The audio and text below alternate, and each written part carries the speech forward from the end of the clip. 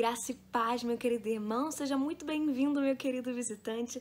Estamos dando início a mais um culto em honra ao nome de Deus, ao nome de nosso Pai querido. E nesse momento eu te convido a estar se unindo a mim em oração. Amém? Para estarmos entregando esse momento diante do Senhor. Oremos. Paizinho querido, muito obrigada, Senhor, porque em Ti podemos descansar, em Ti nós temos descanso e repouso, em Ti nós temos esperança. Na verdade, o Senhor é a nossa esperança. Eu quero te clamar nesse momento, Pai querido, por todos aqueles que estão conectados nesse momento, hoje, Senhor, aqui. Que o Senhor venha estar, Senhor, renovando a esperança de cada um deles.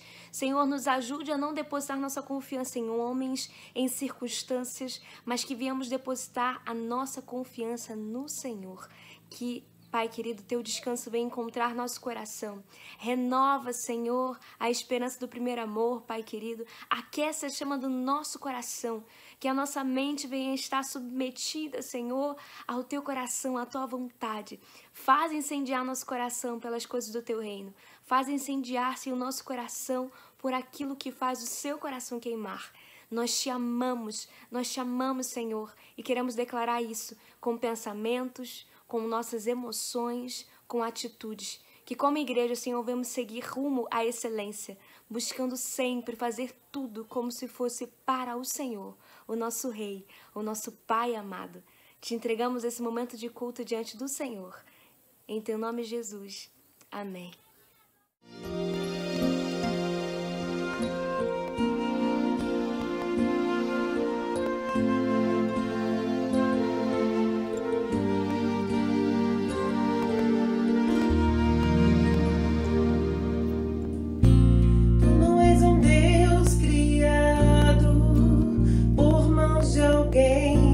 És um Deus que não depende de nada e ninguém. És um Deus que não precisa do que podemos dar. Tu és Deus e sempre tu serás. Tu não és um Deus criado por mãos de alguém. És um Deus que não depende de nada e ninguém. És um Deus que não precisa do que podemos dar. Tu és Deus e sempre tu serás. Tu somente és Deus, não há outro igual. Deus da criação.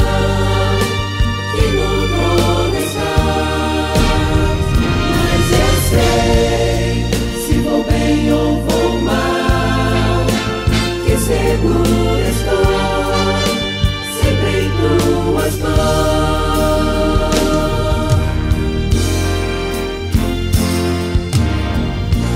Não há nada que detenha o teu poder e o teu eterno nome nunca passará. És um Deus fiel e digno. Tu és Deus e sempre tu serás. Tu somente és Deus, não há outro igual. Deus da criação, que no trono está. Mas eu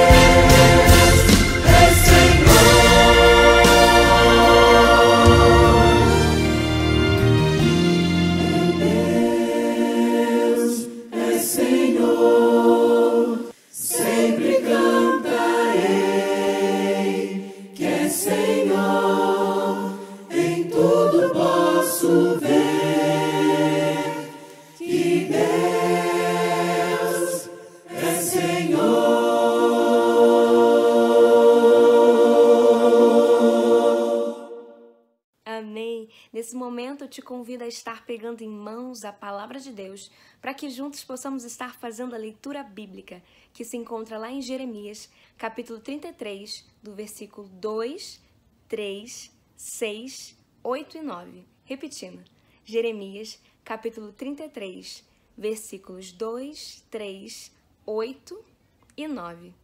Vamos estar fazendo a leitura? Assim diz o Senhor, que faz essas coisas, o Senhor que a forma para as estabelecer. Senhor é o seu nome. Chame por mim, e eu responderei, e lhe anunciarei coisas grandes e ocultas que você não conhece. Eis que lhe trarei saúde, cura e o sararei, e lhes revelarei abundância de paz e segurança. Eu os purificarei de toda a sua iniquidade, com que pecaram contra mim, e perdoarei todas as suas iniquidades, com que pecaram e se revoltaram contra mim. Jerusalém será para mim um motivo de fama, louvor e glória entre todas as nações da terra, que ouvirem todo o bem que eu lhe faço. Temerão e tremerão por causa de todo o bem e por causa de toda a paz que eu, o Senhor, lhes dou.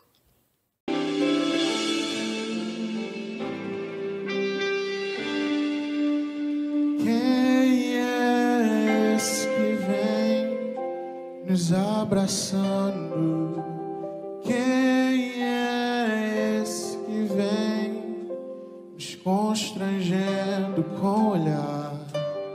Ele é tão sábio, ensinar em amor. Ele é tão manso, cuida dos corações.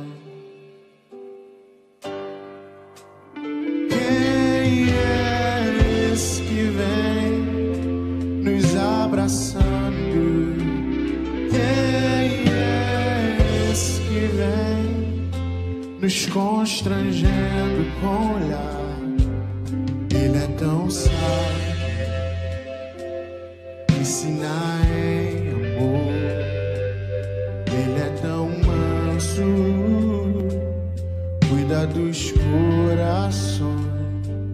Ele entrou em casa, Ele está na mesa, Ele nos observa, sabe que o esperamos, e ao partir o pão, os nossos olhos se abrem e reconhecemos quem Tu és, e ao som da Sua voz, os nossos corações queimam de amor, queimam de amor. E ao partir o pão, os nossos olhos se abrem e reconhecemos quem Tu és.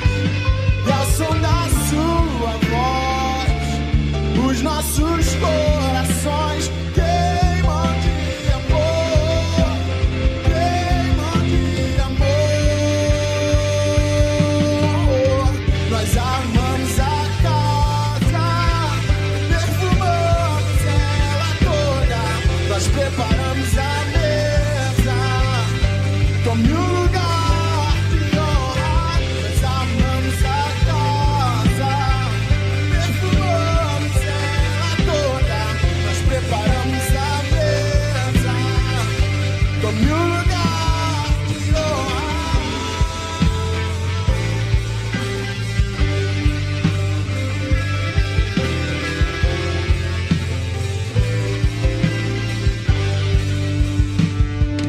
Ele entrou em casa, Ele está na mesa, Ele nos observa, sabe que o esperamos, e ao partir o pão, os nossos olhos se abrem e reconhecemos quem Tu és.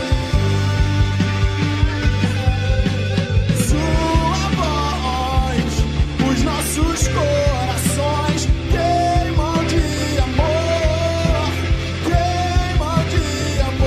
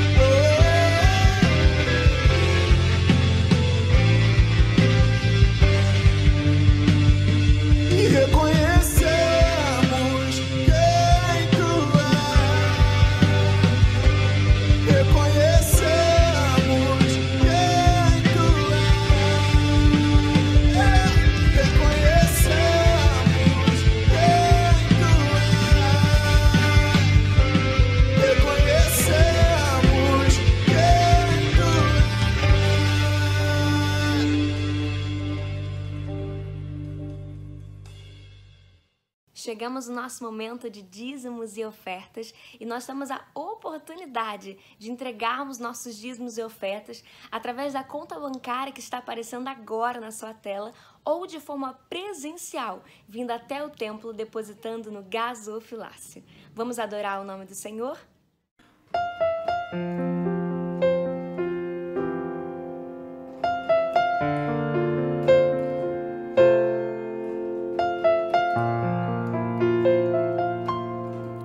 Minha fé não está firmada nas coisas que podes fazer. Eu aprendi a te adorar pelo que és. Dele vem o sim, o amém, somente dele, mais ninguém. A Deus seja o louvor. Se Deus fizer, Ele é Deus. Se não fizer, Ele é Deus. Se a porta abrir, Ele é Deus. Mas se fechar, continua sendo Deus. Se a doença vier, Ele é Deus. Se curado for, Ele é Deus. Se tudo der certo, Ele é Deus. Mas se não der, continua sendo Deus. Minha fé não está firmada nas coisas que podes fazer. Eu aprendi a te adorar pelo que és. Dele vem o sim, o amém, somente dele, mais ninguém. A Deus seja o louvor. Se Deus fizer, Ele é Deus. Se não fizer, Ele é Deus. Se a porta abrir, Ele é Deus. Mas se fechar, continua sendo Deus. Se a doença vier, Ele é Deus. Se curado for, Ele é Deus. Se tudo der certo, Ele é Deus. Mas se não der, continua sendo Deus. Eu não adoro pelo que Ele faz, eu adoro pelo que Ele é. Haja o que houver, sempre será Deus. Eu não adoro pelo que Ele faz, eu adoro pelo que Ele é. Haja o que houver, sempre será Deus. Se Deus fizer, se não fizer, se a porta abrir, mas se fechar, continua sendo Deus. Se a doença vier, Ele é Deus. Se curado for, Ele é Deus. Se tudo der certo, Ele é Deus. Mas se não der, continua sendo Deus. Deus é Deus. Deus é Deus.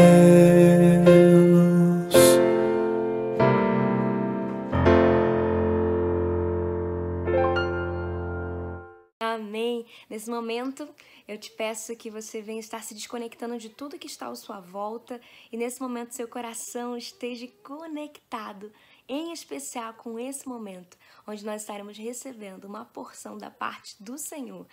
A graça e a paz, amados da PIB do Parque Anchieta.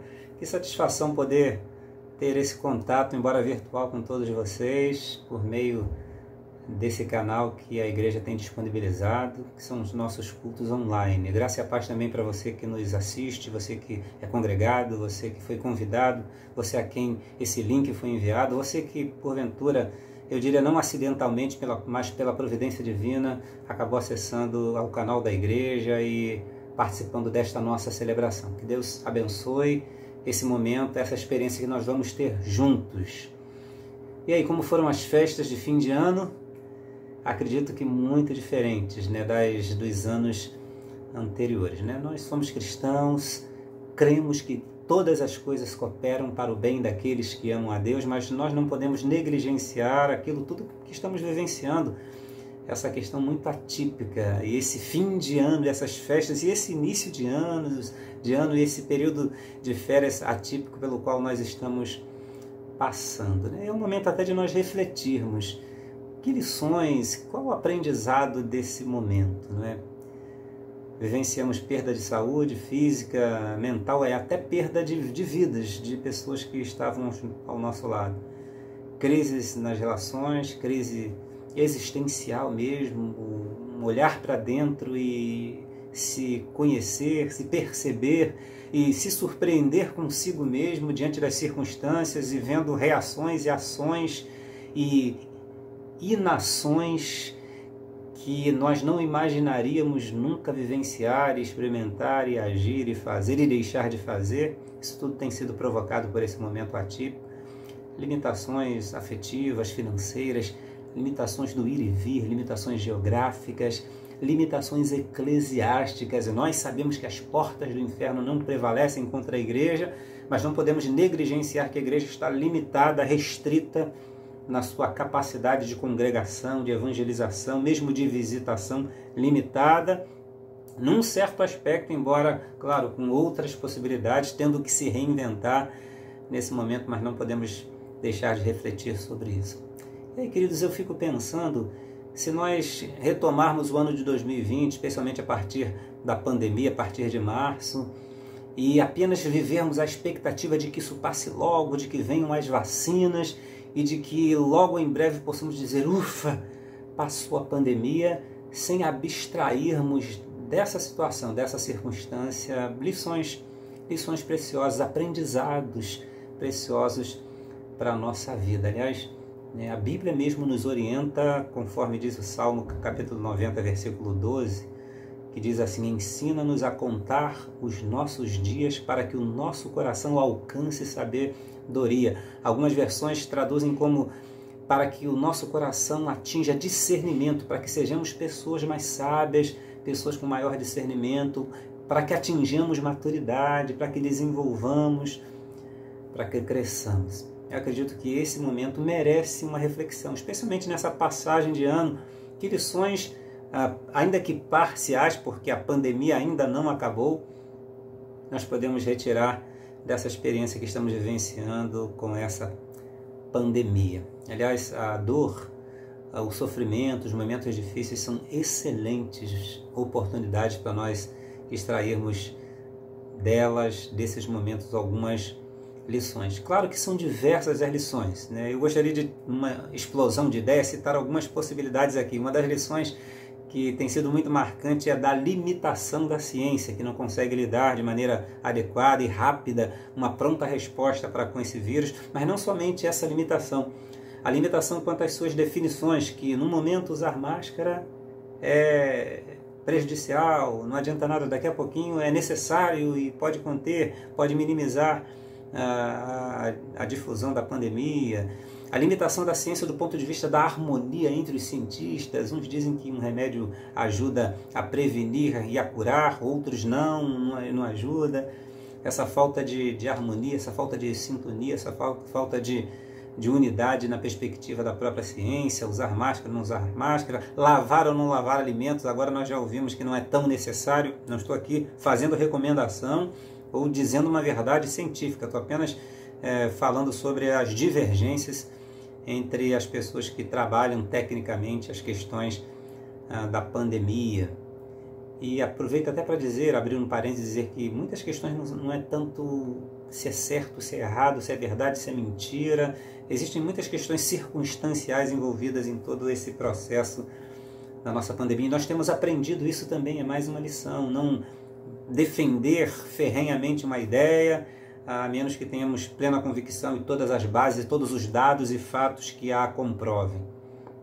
Uma outra lição também que nós podemos tirar nesse momento é sobre a gratidão, né? Como nós precisamos ser gratos, e eu ouvi algo muito interessante, proativamente gratos e não apenas responsivamente gratos, porque a nossa gratidão normalmente ela está vinculada a algo que nos acontece, uma conquista, uma formatura, um presente, quando na verdade nós temos motivos de sobra para sermos ativos e proativos e termos iniciativa de gratidão, por exemplo, por algo que nos está disponível todos os dias, que é o ar. Agradecermos pelo ar, né? Manaus que o diga, como o oxigênio é algo precioso e nós temos ele disponível e muitas vezes não somos gratos, né? Valorizar, desfrutar da presença de pessoas, eu vou falar um pouco mais sobre isso, viver o mais intensamente possível, claro que com sensatez, né? Com comedimento. Enfim, vai postando aí no chat o que você acha, quais são as lições que você tem tirado para a sua vida e que você também diria que todos nós podemos tirar desse momento de pandemia. Mas sem querermos esgotar e sem querermos nos estender muito, sem querer esgotar, até porque a pandemia ainda não acabou, eu acredito que muitas lições ainda vão ser retiradas desse momento, dessa fase. Nós queremos aqui apenas enfocar aquilo que nós já pudemos aprender em 2020 e certamente poderemos aprender mais ainda em 2021, porque lamentavelmente há continuidade, né? Houve a passagem de ano, mas não houve a ruptura ainda em relação a esse enfrentamento. Mas sem querer esgotar, eu gostaria de destacar pelo menos 2 preciosas lições para nós. Na verdade, eu comecei escrevendo e preparei 4 lições preciosas, dentre tantas, porém eu percebi que o tempo, a gente vai lendo e vai escrevendo, vai refletindo e se inspirando e vai vendo o quanto nós podemos aprender, mas eu quero até chamar de lições 1, né, lições parte 1, a respeito da Covid a partir de 2020. E a primeira delas é a questão da vulnerabilidade da vida. Nós temos aprendido o quanto nossa vida é vulnerável, é fugidia, não só a nossa, mas a nossa e a dos nossos. Né? Nós vemos em Tiago, capítulo 4, versículos 13 a 15, dizendo o seguinte: ouçam agora vocês que dizem, hoje ou amanhã iremos para esta ou aquela cidade, passaremos um ano ali, faremos negócios e ganharemos dinheiro. Vocês nem sabem o que lhes acontecerá amanhã. Que é a sua vida? Vocês são como uma neblina que aparece por um pouco de tempo e depois se dissipa. Eu sei que essa é uma reflexão muito comum, especialmente nesse tempo. O que é a nossa vida? A gente hoje está vivo, amanhã a gente pode não estar. Mas não despreze essa reflexão nesse momento. Vamos caminhar um pouquinho sobre ela ou a respeito dela nesse momento. Estive refletindo e lendo e pensando que o homem não foi programado para a morte, pelo menos não inicialmente. Aliás, é quase que um consenso entre os teólogos que ao ser criado o homem e a mulher no Jardim do Éden era para serem eternos, em princípio, né? Embora haja divergências nesse pensamento. E a eternidade ela está no coração do homem, né? É claro que a questão do pecado acabou deturpando essa perspectiva da eternidade, distorcendo a visão que o homem tem a respeito disso, do ponto de vista existencial. E acaba provocando um equívoco. Porque sim, é verdade, nós fomos criados para a eternidade, mas o homem acabou fixando essa eternidade, ainda que inconscientemente, para essa etapa da vida, a vida terrena, quando na verdade não é assim. E existem pelo menos 3 fatores que me fazem concluir dessa forma e que me fazem refletir a respeito dessa perspectiva equivocada da eternidade por parte do homem decaído em consequência do pecado. A primeira delas é essa busca pelo elixir da vida, pela longevidade, né, por um meio de esticar, se não de perenizar, de eternizar a sua existência nessa terra. Desde a mumificação, né, dos egípcios, até a busca por novas fórmulas que rejuvenescem, que perenizam, que quase que eternizam, exercícios, alimentação, vida saudável, medicamentos, questões estéticas. Então, o homem parece entender que pode se tornar eterno carnal e fisicamente falando. Esse é um primeiro aspecto que denuncia essa perspectiva do homem. Segundo aspecto é pela forma com que o homem conduz a sua vida. né, de maneira perene, e como se não houvesse uma possibilidade de uma morte iminente. Até porque a gente não vê uma pessoa, salvo raras exceções, uma pessoa super organizada, super planejada, né, perfeccionista. Você não vê uma pessoa comprando o próprio caixão. É bem verdade que a gente faz muito plano hoje, funerário, coisas assim, compra jazigo para a família, mas não vemos pessoas resolvendo detalhadamente a questão da sua partida. Alguns até se preocupam em deixar toda a documentação, todas as dívidas pagas, mas dificilmente a gente vê pessoas trabalhando. E não é para fazer isso. Ao dizer que é difícil, não estou aqui dizendo que nós devemos pensar muito nisso, mas isso prova que mesmo pessoas com idade avançada, especialmente os jovens, né, nós não estamos pensando a qualquer momento eu vou morrer, embora saibamos disso do ponto de vista racional, mas nós parece que temos dificuldade de conceber isso do ponto de vista concreto, a nossa finitude, a nossa limitação, a nossa possibilidade, a nossa vulnerabilidade da nossa vida a qualquer momento. Uma terceira evidência disso é a forma como nós postergamos, para não dizer procrastinamos, as coisas que deveriam ser feitas nesse momento, como se tivéssemos novas chances, como se nós sempre fôssemos ter a chance de fazer, ou não, daqui a um dia, daqui a um ano, daqui a 10 anos, daqui a 20 anos, e nós vamos, por exemplo, mantendo coisas que nós não deveríamos manter. Por exemplo, mudanças que nós sabemos que são necessárias e até vitais, que são deixadas para depois.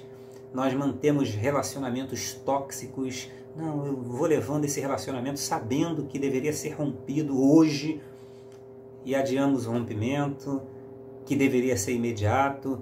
Projetos falidos que a gente continua, a gente persiste nele, a gente sabe que não vai dar certo. Um dia a gente vai parar esse projeto, um dia a gente vai deixar aquela sociedade, um dia a gente vai deixar de aquele negócio, um dia a gente vai trocar daquele emprego, aquela instituição, aquele curso, mas a gente vai postergando como se a vida fosse eterna, a gente vai perdendo a oportunidade de fazer isso hoje.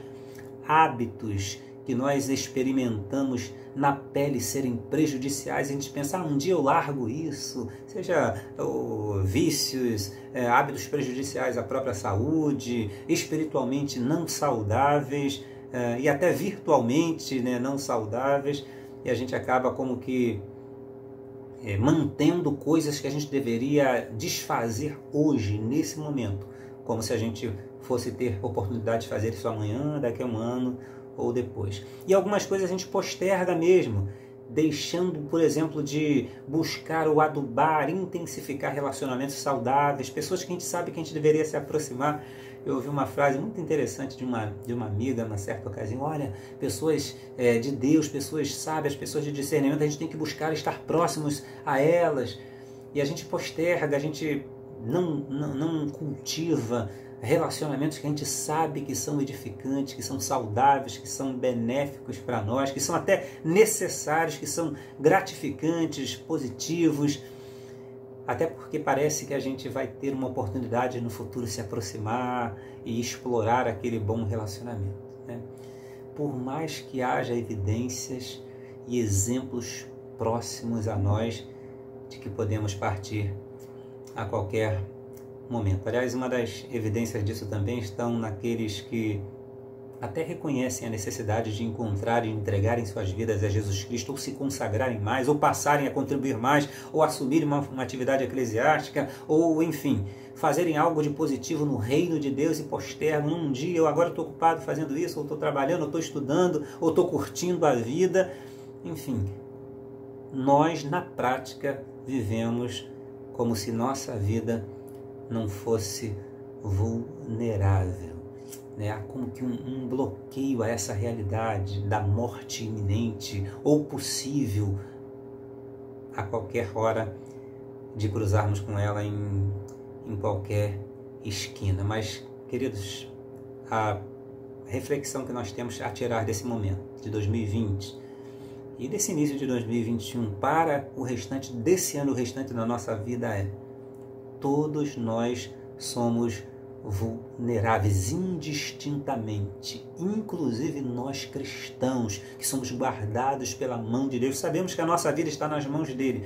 Parece que nós nos fixamos muitas vezes em exemplos como o de Daniel na cova dos leões. Olha lá, ele não foi morto, e sim os seus exatores, seus acusadores, ou dos 3 amigos de Daniel na fornalha. Mas nós não vemos que a Bíblia como um todo não blinda, não imuniza plenamente os grandes servos de Deus da morte a qualquer momento, inclusive em tenra idade. Por exemplo, quem deveria morrer cedo, Caim ou Abel? Aliás, quem foi morto foi aquele que agradou a Deus, que foi Abel, e aquele que desagradou a Deus, na verdade, foi protegido pelo próprio Deus, digamos assim, e teve a sua vida como que mantida por mais anos. Diz assim Gênesis capítulo 4, versículo 15. Mas o Senhor lhe respondeu: não será assim. Se alguém matar Caim, sofrerá 7 vezes a vingança, e o Senhor colocou em Caim um sinal para que ninguém que viesse a encontrá-lo o matasse. Então não existe uma regra: eu sou servo do Senhor, serei preservado, não serei acometido.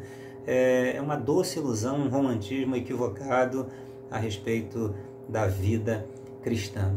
Outro exemplo também são os discípulos, né? O próprio Jesus, que com 33 anos foi crucificado, e os seus discípulos que foram mortos, presos, crucificados, degolados, aprisionados, enfim, nós inclusive também temos a nossa vida vulnerável. Mas é bem verdade que o nosso cérebro, parece que ele tem um bloqueio nesse sentido, sabe? Há inclusive um estudo que fala sobre essa dificuldade de nós olharmos para a vida como perecível, como tendo sua possibilidade de extinção iminente e a qualquer momento, como se nós fôssemos imortais, como se nada disso que está acontecendo com os outros fosse acontecer conosco. Uma das evidências disso também é a alta velocidade com que pessoas dirigem, sem cinto de segurança, por exemplo, pilotam moto com manobras radicais, sem capacete, a maneira como nós nos alimentamos, às vezes até já com recomendação médica contrária a isso, enfim. Nós somos vulneráveis, embora não admitamos, ainda que admitamos racionalmente, parece que afetivamente parece haver um bloqueio nesse sentido, mas essa pandemia nos traz essa grande lição, nos deixa esse grande aprendizado. Por um lado, queridos, nós não somos eternos, não temos nenhuma garantia de que estaremos celebrando sequer o nosso próximo aniversário. E eu não quero ser funesto, negativo, macabro com isso. Por outro, mesmo pessoas ao nosso redor, como filhos, pais, irmãos, amigos, vizinhos, irmãos da congregação, companheiros de trabalho, eles também são vulneráveis, independentemente de suas idades, do seu estado de saúde, de sua fé. E aí, por que o pastor Ricardo está trazendo essa mensagem, essa lição tão chata, né? Tão constrangedora, tão difícil, tão ruim de se ouvir? Para que nós teremos algumas lições práticas, queridos. E eu queria citar algumas delas aqui. A respeito dessa primeira grande lição de 2020 e da Covid, desse momento que nós vivenciamos. Viva a vida da melhor maneira possível, embora com responsabilidade diante de Deus, né? Diz assim, Eclesiastes, uma passagem muito rica, muito interessante. A luz é agradável, é bom ver o sol. Por mais que um homem viva, deve desfrutar sua vida toda. Lembre-se, porém, dos dias de trevas, pois serão muitos. Tudo que está por vir não faz sentido. Alegre-se, jovem, na sua mocidade. Seja feliz o seu coração nos dias da sua juventude. Siga por onde o seu coração mandará, até onde a sua vista alcançar. Mas saiba que por todas estas coisas, Deus trará a julgamento. Então viva intensamente, viva as oportunidades que se tem, porque a vida é curta, a vida passa como um vapor, como o próprio Salmo 90 vai nos dizer, conforme também Tiago capítulo 4, que nós acabamos de ler. Uma outra sublição desse primeiro ponto é que nós precisamos nos libertar hoje ainda de relacionamentos tóxicos às nossas vidas, né? Isaías 55, 6 e 7 diz assim: busquem o Senhor enquanto se pode achar, clamem por ele enquanto está perto, que o ímpio abandone o seu caminho e o homem mau os seus pensamentos. Volte-se ele para o Senhor, que terá misericórdia dele. Volte-se para o nosso Deus, pois ele perdoará de bom grado. Não espere muito, não postergue relacionamentos tóxicos. A Bíblia vai dizer também no Salmo 1, bem-aventurado o varão que não anda segundo o conselho dos ímpios, não se detém no caminho dos pecadores, não se assenta na roda dos escarnecedores. 1 Coríntios, capítulo 6, a partir do versículo 14, vai dizer que comunhão tem a luz com as trevas, o fiel com o infiel. Às vezes nós estamos esperando uma oportunidade para nos desvincular de pessoas que só levam a nossa vida para baixo, para trás, a não ser que haja um propósito de Deus, uma direção de Deus. O tempo é curto, você está se prejudicando, perdendo parte preciosa da sua vida, que poderia estar sendo mais consagrada, mais produtiva, em maior satisfação, com maior vitalidade, devido a relacionamentos tóxicos.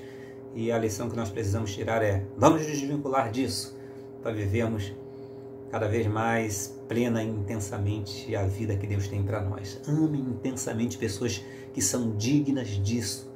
E permita, ou mesmo provoque, que essas pessoas saibam que você as ama, porque, queridos, a vida passa e muitas vezes nós perdemos a oportunidade, nós postergamos a oportunidade de tanto amar, quanto de expressar na prática esse amor, quanto também de deixar claro para as pessoas o quanto nós as amamos. Então desfrute da companhia dessas pessoas, sirva essas pessoas, abrace, claro que não nesse momento, se elas são da sua casa, vivem com você, abrace, desfrute da presença delas enquanto elas estão aqui, sirva-as. Leve café na cama para sua esposa, para os seus filhos, escreva bilhete, dê flores, mande um coração no WhatsApp, faça uma ligação, abra a porta do carro, busque o seu filho na escola, querida. Busque o seu filho no ponto de ônibus, leve, proteja.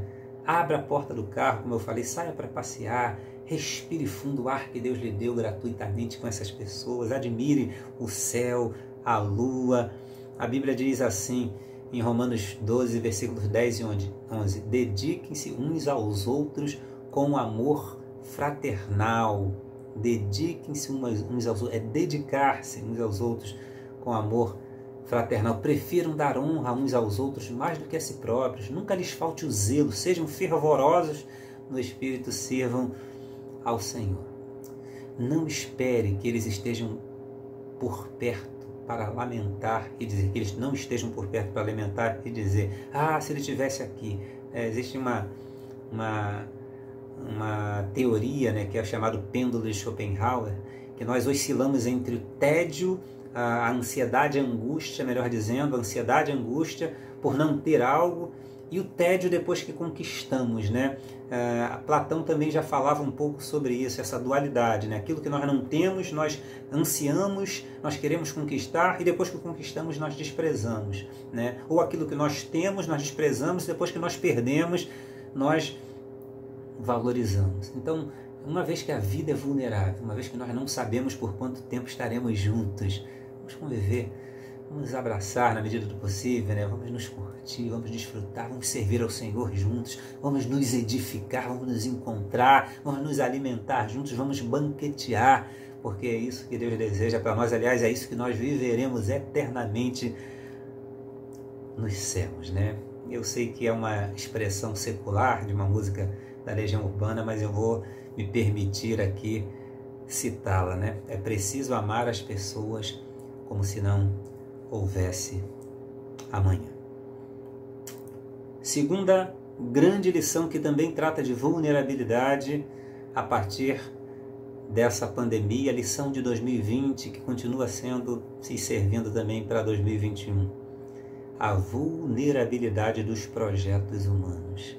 O mesmo texto que nós citamos lá em cima, de Tiago capítulo 4, que vai falar, ouça agora vocês que dizem, hoje, amanhã faremos isso ou aquilo, Ele vai falar que o que é a vossa vida, versículo 14 de capítulo 4 de Tiago, vocês são como a neblina que aparece por um pouco de tempo e depois se dissipa. Ao invés disso, versículo 15, ao invés disso deveriam dizer, se o Senhor quiser e vivermos, faremos isso ou aquilo. Aqui algo muito interessante, aqui eu gosto muito de falar isso, um aparente paradoxo, Por um lado, e preste atenção, fazer planos, e se tiver lições parte 2, eu vou me aprofundar um pouco mais nessa necessidade, nessa lição que nós tiramos, no sentido de precisarmos planejar assim, porque por um lado é necessário fazermos planos, porque planos eles têm algo de precioso, queridos, eles estabelecem prioridades, eles nos ajudam a organizar a utilização dos recursos, das formas, das capacidades, das energias, do tempo, direcionando cada um de nós e todos os nossos recursos para os objetivos específicos que nós temos, nos ajudam a ter foco. Os planos, eles nos dão uma perspectiva do que, do quando, do quanto, de onde. Enfim, nós não ficamos no vazio sem saber o que será o amanhã, como será o amanhã, não é aquilo, deixa a vida me levar.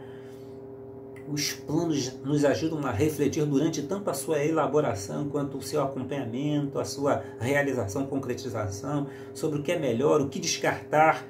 A gente às vezes vive de oportunidades, quando na verdade há muitas oportunidades que não fazem parte dos nossos projetos, dos nossos planos, acabam como que atrapalhando. Eu costumo dizer que a nossa vida é como se fosse um quebra-cabeça, quando nós sabemos a imagem, e a peça, por mais bonita que seja, preciosa, se ela não se encaixa ali, a gente descarta. Mas se a gente não tem um plano, qualquer peça serve.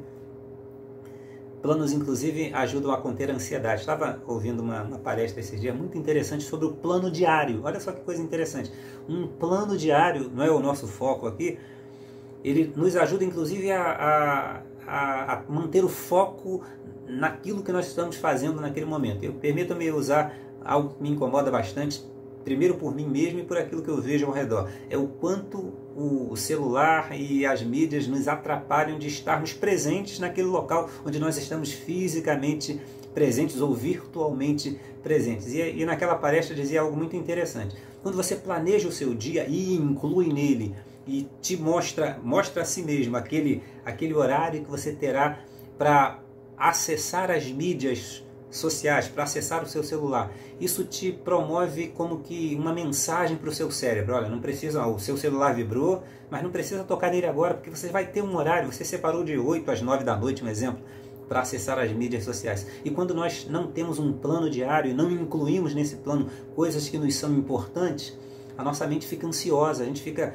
nesse momento aqui, mas pensando naquilo, quando é que eu vou fazer, será que eu vou fazer, será que já mandaram mensagem para mim, será que postaram alguma coisa? Então vejam como planejar é algo que nos ajuda inclusive a nos focarmos, a nos concentrarmos, a fazermos bem feito, a dirigirmos com concentração, a darmos atenção, a olharmos no olho, a prestarmos atenção na mensagem, quando na verdade, se nós não temos esse plano, por exemplo, a gente fica toda hora, na hora da mensagem, na hora do culto, talvez agora, nessa hora dessa palestra, você esteja aí com seu celular, esperando a resposta, ou mandando uma mensagem, ou vendo se alguém postou alguma coisa, e o quanto isso nos prejudica. Se isso estiver no seu planejamento, você pode colocar o seu celular no modo avião, desligá-lo, enfim, para no momento oportuno, no momento do seu planejamento, você acessar aquelas mensagens, aquela rede social. Só para mostrar, para argumentar o quanto os planos eles são importantes. Aliás, eu costumo dizer até que se o plano não é um planejamento, não é um mandamento bíblico, é um princípio bíblico muito presente na palavra de Deus. Há aqueles até que usam alguns versículos de maneira equivocada e reversa. Por exemplo, Provérbios capítulo 15, versículo 22 vai dizer o seguinte: os planos fracassam por falta de conselho, mas são bem-sucedidos quando há muitos conselheiros. Então aqui a Bíblia não está dizendo planejar só dá fracasso, não. Está falando que há planos bem-sucedidos, desde que haja muitos conselheiros. Então há uma valorização dos planos. O que dizer de Neemias, quando ele teve aquela fatídica notícia do povo de Israel, que estava em Jerusalém, a cidade como estava destruída, enfim, não é o foco da nossa reflexão aqui, mas quando ele foi percebido pelo rei e a ele foi perguntado, olha, o que você precisa? Ele orou ao Senhor e depois ele veio com uma série de coisas que ele precisava, fruto de um planejamento, de uma estratégia para que ele retornasse para Jerusalém e ali pudesse ajudar na reconstrução da cidade e dos muros, Diz assim Neemias 2, 7 e 8, e a seguir acrescentei, se for do agrado do rei, que me dê cartas aos governadores do Trans-Eufrates, para que me deixem passar até chegar a Judá, que me dê também uma carta para Asaf, guarda da floresta do rei, para que ele me forneça madeira para as vigas das portas da cidadela, que fica junto ao templo, enfim. A gente vê que Neemias aqui planejou cuidadosamente tudo aquilo que ele iria fazer. Então, planejar faz parte. Paulo, a gente vê que ele diz que Jesus Cristo chegou na plenitude dos tempos. Os teólogos já têm exaustivamente falado de que Jesus ele veio exatamente no momento em que ele deveria vir. O Império Romano tinha providenciado todas as condições para que Jesus viesse naquele exato momento, que fazia parte do plano de Deus, nem antes nem depois. Deus tem planos, projetos, desde a eternidade até a eternidade futura. E a gente vê isso, por exemplo, lá em Salmo 40, versículo 5, que diz assim: Senhor meu Deus, quantas maravilhas tem feito! Não se pode relatar os planos que preparaste para nós. Eu queria proclamá-los e anunciá-los, mas são por demais numerosos. Olha, se Deus tem plano, eu acho que não vamos ser melhor do que Ele, achando que não se deve ter planos para a vida, achando que isso é prejudicial. Mas, e há sempre um mais, por outro lado, queridos, os planos, ao menos a maioria deles, pode ou podem ruir diante de nós a qualquer momento, e isso é mais uma das preciosas lições que nós tiramos de 2020, a partir especialmente do evento da Covid. Você já parou para pensar quantas coisas você deixou de fazer no ano de 2020? Aliás, vamos pensar no agora. Onde você estaria agora? O que você estaria fazendo? Em que circunstância, em que situação você estaria caso não fosse a pandemia? Eu posso relatar uma situação pessoal bastante interessante. Minha filha estaria se mudando para Rondonópolis, uma cidade de Mato Grosso. Eu já tinha alugado, eu paguei aluguel em Rondonópolis durante 5 meses, pensando até que a pandemia ia acabar rápido. Nossos planos eram outros. Provavelmente, né, se Deus permitisse, ela indo para Rondonópolis, a gente iria para João Pessoa. E estamos aqui no Rio, e enfim, sem previsão de sair. Os nossos planos podem ser frustrados. E eu falei de um plano que não trouxe grandes prejuízos, mas quantas coisas nós pensávamos que iríamos fazer e colocávamos todas as nossas fichas nisso e não puderam ser realizadas. Aí você poderia pensar, mas são planos que não são colocados diante de Deus, queridos. Quantos pastores em 2019, quantos líderes jejuaram, se reuniram, conversaram exaustivamente, colocaram diante do Senhor projetos maravilhosos. Pastor Valmir, Marcelo, Luciana, Pastor Glauco, César, líderes da igreja do Parque Anchieta, diáconos, você líder da sua igreja, você membro, você homem de Deus de oração, quantas coisas você planejou colocando diante do Senhor e que, no entanto, devido à Covid, devido às circunstâncias mundiais, nacionais, locais, eclesiásticas, familiares e pessoais, não foram frustrados.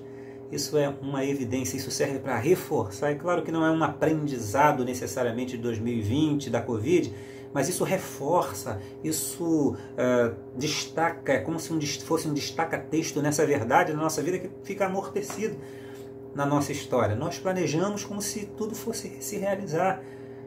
Os planos de Deus não podem ser frustrados, mas os nossos planos podem ser. Provérbios 19, versículo 21, diz assim: muitos são os planos no coração do homem, mas o que prevalece é o propósito do Senhor. Lição para a vida. Planeje sim, é bom, e eu arriscaria dizer, é bíblico, é um princípio bíblico, é uma prática bíblica, pelo menos. O planejamento é uma prática divina, o planejamento. Mas sempre submeta esses planejamentos ao Senhor, pedindo a direção, não apenas a aprovação, a direção do Senhor. Mas segundo, mesmo planejando, não coloque na realização, na concretização dos seus planos e dos seus objetivos a sua felicidade, a sua satisfação, a sua realização, a sua plenitude. A nossa plenitude está em Deus, está no hoje, está no aqui, está no agora, está na presença dEle, está no nosso nome escrito no livro da vida. A nossa realização não estará num casamento. Quantos casamentos adiados, né? Não está na nossa formatura. Quantas formaturas postergadas. Não está na aprovação, na nomeação no concurso. Quantos concursos que não abriram mais. Quantas pessoas que não deixaram de ser chamadas. Não está na nossa promoção. Quantas pessoas deixaram de ser promovidas. Todos os nossos planos, por mais preciosos e nobres que sejam, podem ser frustrados sim. E mesmo que se realizem, que não esteja nesses planos e em suas realizações, a nossa satisfação. Precisamos ser plenamente satisfeitos em Deus, porque Ele realmente que dá sentido à nossa vida. E o maior projeto já elaborado na história da humanidade, que é o da nossa eternidade com Deus. Esse não será frustrado a despeito de pandemia, a despeito de crises econômicas, de crises nacionais, de partidarismos, enfim, a despeito de todas as vicissitudes, de tudo aquilo que foge ao nosso controle.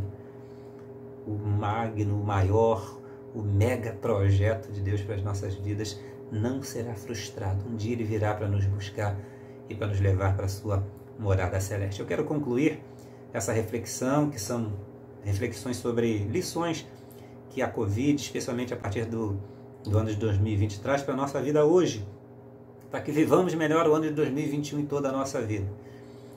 Primeiro é que tudo aquilo pelo que nós passamos deve servir para a nossa edificação, né? Ensina-nos a contar os nossos dias de maneira que alcancemos corações sábios, especialmente as vicissitudes, as dificuldades, as lutas, os momentos agonizantes. Já pensou chegar depois da Covid apenas dizer, ufa, passou? Não, se nós não tivermos crescido, amadurecido, aprendido, nos aperfeiçoado, queridos, de que terá valido a pena tantas perdas, tantas restrições, tantas limitações? Então, precisamos olhar com um olhar crítico, um olhar maduro, com um olhar de sabedoria, e pedir a Deus discernimento para tirarmos as lições necessárias. E dentre as lições, duas nós destacamos aqui. Primeira, a vulnerabilidade da nossa vida. Isso parece fugidio a cada um de nós. Eu sei que a gente não tem que estar planejando, comprando caixão, pensando, vou morrer amanhã, vou gastar tudo hoje, vou fazer tudo que eu posso fazer, não. Mas nós devemos admitir a possibilidade e, por conta disso, viver intensamente, sermos gratos, desfrutarmos das pessoas que estão ao nosso redor, amarmos, né, nos dedicarmos a elas, abraçarmos. Né? Existe uma frase, mais uma vez vou citar algo fora da Bíblia aqui, mas que é muito interessante e toda a verdade vem de Deus. Um certo estoico chamado Epiteto, ele dizia assim, abrace o seu filho hoje como se ele fosse morrer amanhã. Eu sei que é uma expressão macabra, porém tem um fundo de verdade nisso. Beije, ame, abrace, cuide, sirva, edifique, pregue a palavra, exorte hoje essas pessoas, porque nem você nem essa pessoa poderá estar aqui para uma próxima oportunidade. Então, a nossa vida é vulnerável, ela é fugidia, por mais que nós não vivamos pensando na iminência da morte. E também os nossos planos não possuem qualquer garantia de realização. Então planeje sim, é bom fazer planos, não é? Qual homem que vai edificar uma torre sem primeiro não se assentar e ver se tem como construir para que não possa se envergonhar e os outros digam, olha, começou e não acabou. A Bíblia fala muito sobre planejamento. Planeje, mas que Cristo seja suficiente. Coloque a sua felicidade, a sua satisfação, a sua plenitude, não na concretização dos seus planos, que podem ser frustrados, como tem sido mostrado aí, mas coloque a sua plenitude, a sua satisfação na realização dos projetos de Deus, dos planos de Deus para a sua vida, e dentre eles o principal, de um dia vir buscar você para morar com Ele. Que Deus te abençoe, né? Que você tenha uma vida abençoada na presença do Senhor, que nem a Covid, nada nessa vida possa tirar a sua satisfação, a sua plenitude em Deus. Pelo contrário, que te traga a reflexão, amadurecimento, crescimento, que você tire lições preciosas e faça desse limão uma grande limonada para a sua vida. Deus te abençoe.